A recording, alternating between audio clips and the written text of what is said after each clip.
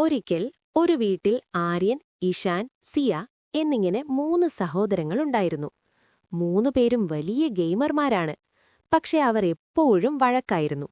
എന്റെ ടാബ്ലറ്റ് നീ എടുത്തു, എന്റെ ഹൈസ്കോർ നീ ചീട്ടിയടിച്ചു എന്നിങ്ങനെ പറഞ്ഞ് അവരെപ്പോഴും തല്ലുകൂടും. അവരുടെ അച്ഛൻ ഒരു സോഫ്റ്റ്വെയർ എഞ്ചിനീയർ ആയിരുന്നു. മക്കളുടെ ഈ പിണക്കം മാറ്റാൻ അദ്ദേഹം ഒരു പ്ലാനിട്ടു.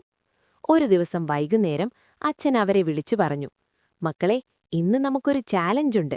ജയിക്കുന്നവർക്ക് പുതിയൊരു VR ഹെഡ്സെറ്റ് കിട്ടും. കുട്ടികൾ ആവേശത്തിലായി.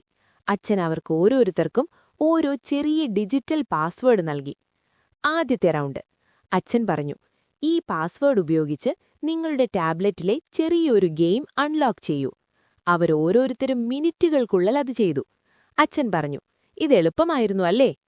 രണ്ടാമത്തെ റൗണ്ട്.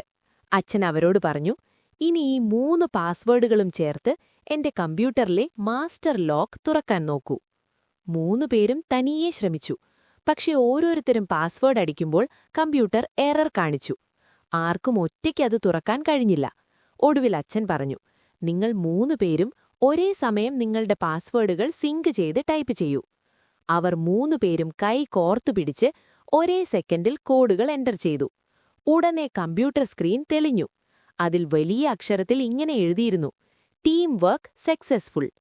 അച്ഛൻ അവരെ അടുത്തു വിളിച്ചു പറഞ്ഞു, മക്കളെ, ആ പഴയ വിറകുകൊള്ളി കഥ പോലെ തന്നെയാണിതും. നിങ്ങൾ ഒറ്റയ്ക്കൊറ്റയ്ക്ക് നിന്നാൽ ചെറിയ കാര്യങ്ങൾ ചെയ്യാം. പക്ഷെ ലോകത്തിലെ വലിയ വെല്ലുവിളികളെ നേരിടണമെങ്കിൽ നിങ്ങളൊരു ടീമായി നിൽക്കണം. പാസ്വേഡുകൾ പോലെ നിങ്ങൾ ഒന്നിച്ചു ചേർന്നാലേ ജീവിതത്തിലെ വിജയങ്ങൾ അൺലോക്ക് ചെയ്യാൻ കഴിയൂ. അന്നുമുതൽ ആര്യനും ഇഷാനും സിയയും വഴക്ക് നിർത്തി ഒരു സൂപ്പർ ടീമായി മാറി.